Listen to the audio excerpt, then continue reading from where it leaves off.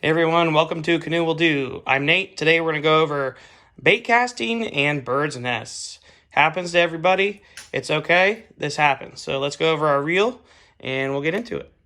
So I have a bait casting with about 10-pound mono on it.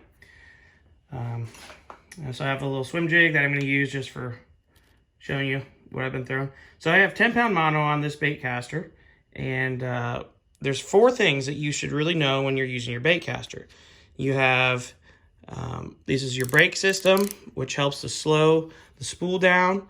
You also have your knob tensioner, which puts pressure on the spool. Then you also have your drag system, which helps when your drag's coming off. And then your bestest friend in all this is your thumb. So when you're using to cast or you're flipping and pitching, you don't want your line to underrun or underspool the weight of your bait, because that's where you get the bird's nest and it flies off and then you're cussing up a storm and getting stuck. So take a quick little look at the brake system in here.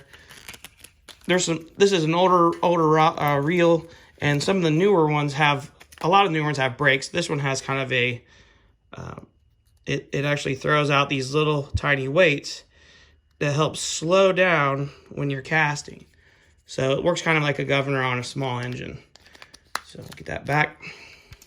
And I'm going to give it a nice bird's nest and show you how to get it out. So I'm going to reel up here. I'm going to loosen up drag, loosen up my tensioner, and loosen up the brake system. So it's really loose here. So what's going to happen here is we'll just go ahead and, didn't make one? Oh, there it went. Nope. Yeah, there was a little one that happened. There we go. So I got like a nice little bird's nest in there. Oh, there we go.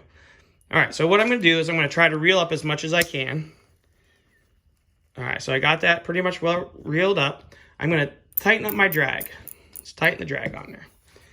Then what I'm going to do, hold my thumb on it to press, start pulling out line till you get down to where your line is smooth and back on the reel. Like, you're going to press the line so that it spins back underneath the line that came off till it's nice and smooth. And sometimes you'll get a little V or a little notch, and it's basically tied a small knot up underneath there. So you'll keep holding this, keep holding it, and you may have to crank this down and then this will help put the line back on the spool. Thumb down, you're going to pull that line until you have a nice, uniform, no knots in your line. And then you can take your main line, pull this, and reel everything back on. You're ready to cast again. And then we'll talk about setting the bait caster for appropriate weight. It's pretty easy to do. I'll zoom back out here.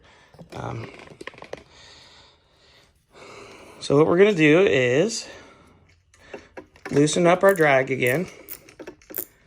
I usually like to set my brake system at about halfway. If you're a beginner, you probably want the brakes on almost all the way, and your tensioner to be just barely enough so where you're depressing it, the lure slides down. So there, you can see the fall of the lure there. And here we go. And then your drag system, you want it just so you can just pull it off nice and easy. So there you go. That'll help you in maintaining and keeping from getting a bird's nest.